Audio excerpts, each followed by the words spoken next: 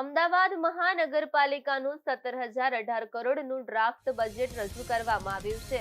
Municipal commissioner Banchhanidhi પાનીએ આ draft budget રજૂ કર્યું હતું. ગત વર્ષ કરતા બજેટની રકમમાં 3,017 કરોડનો વધારો કરવામાં આવ્યો છે.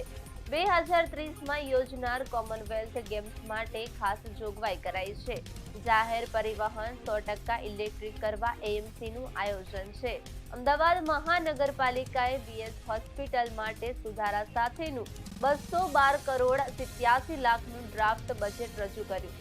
એમજી લાઇબ્રેરીનું બજેટ વધારીને 18 કરોડ 6 લાખ કરાયું છે. ત્યારે પુસ્તકાલયના ઓડિટોરિયમ નવીનીકરણ માટે 50 લાખની જોગવાઈ કરવામાં આવી છે. અમદાવાદ શહેરમાં નવા 6 sport complex, 5 mini sport complex માટે રૂપિયા 211 કરોડની જોગવાઈ કરવામાં આવી છે. 5 જીમ, 3 સ્વિમિંગ પુલ, 35 પ્લેગ્રાઉન્ડ બનવાનું આયોજન છે, જેમાં રૂપિયા 100 કરોડની જોગવાઈ કરવામાં આવી છે.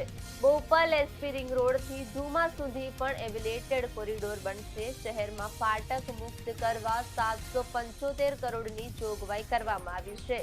ગેરતપુર, વટવા, વિઝોલ, મણિનગર, સરખેજને ફાટક મુક્ત કરવામાં આવશે. હાઈ રિસ્ક એટલે શેમાં હાઈ રિસ્ક? અમદાવાદ શહેરમાં જ્યાં પણ પાણી રિલેટેડ અથવા ડ્રેનેજ રિલેટેડ કમ્પ્લેન્ટ આવે એના કમ્પ્લેન્ટ રિડ્રેસલ સિસ્ટમમાંથી છેલ્લા 5 વર્ષના આંકડામાંથી આપણને એવું મળ્યું છે કે 26 જગ્યાઓ ઉપર મેક્સિમમ કમ્પ્લેન્ટ રજીસ્ટર થયા છે. એ તમામ કમ્પ્લેન્ટ ઉપરથી આ પ્રોબ્લેમ સ્ટેટમેન્ટ ગણીને એના સોલ્યુશન તરીકે 26 જેટલા હાઈ રિસ્ક એરિયામાં જે કંઈ પ્રશ્ન છે, એ પાણીનો પ્રશ્ન છે અથવા ડ્રેનેજનો પ્રશ્ન છે અથવા જે કંઈ પ્રશ્નો છે, એ પ્રશ્નને નિરાકરણ કરવા માટે 26 હાઈ રિસ્ક એરિયા આઈડેન્ટિફાય કરીને લગભગ 220 કરોડથી વધારે ખર્ચમાં એનું સિસ્ટમેટિક ઇન્ફ્રાસ્ટ્રક્ચર પ્લાન માટે વ્યવસ્થાપન કરવામાં આવ્યું છે. સો દેટ એમાંથી કોઈ પણ જે આગામી સમયોમાં આપણને જે કમ્પ્લેન્ટ મળી રહે છે એ તમામ કમ્પ્લેન્ટના એનાલિસિસ થઈને એ બજેટમાં પણ રૂપાંતરિત થઈ શકે. આ એક ઉત્તમ ઉદાહરણ છે.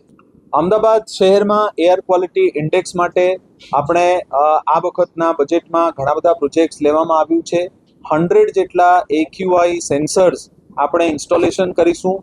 એના સાથે સાથે અમદાવાદ શહેરના તમામ જે લેક છે એ લેક ડેવલપમેન્ટ થશે. એના સાથે સાથે ગાર્ડન ડેવલપમેન્ટ થશે. આ વખતે મિશન 5 મિલિયન ટ્રીઝ આપણે 50 લાખ ટ્રીઝ આપણે રાખીશું. 30 જેટલા રોડને આપણે પ્લાન્ટેશન સાથે ડેવલપ કરીશું. એના ઉપરાંત આપણા શહેરમાં તમામ જગ્યાઓ ઉપર ડસ્ટ ફ્રી રોડ બને. એમાં તમામ જેટલા જગ્યાઓ છે એ તમામ જગ્યાઓ ઉપર લોકો ખાસ કરીને જંકશન્સ ઉપર લોકો સ્વિચ ઓફ કરે. આ તમામ નાના નાના અને મોટા મોટા તમામ જે પ્રોજેક્ટ છે એ સમાવેશ કરીને AQI આપણે લખ્યું છે. IIT કાનપુર સાથે રહીને આપણે રિયલ ટાઈમ મોનિટરિંગ કરીને ડિસિઝન સપોર્ટ સિસ્ટમ થાય એના માટે આ બજેટમાં પ્રોવિઝન કરવામાં આવ્યું છે. ઘણા બધા પ્રોજેક્ટ એવા છે જે લોંગ ટર્મ અને લોંગ જેસ્ટેશન પીરિયડનું હોય છે અને કોમ્પ્લેક્સ પ્રકારના હોય છે.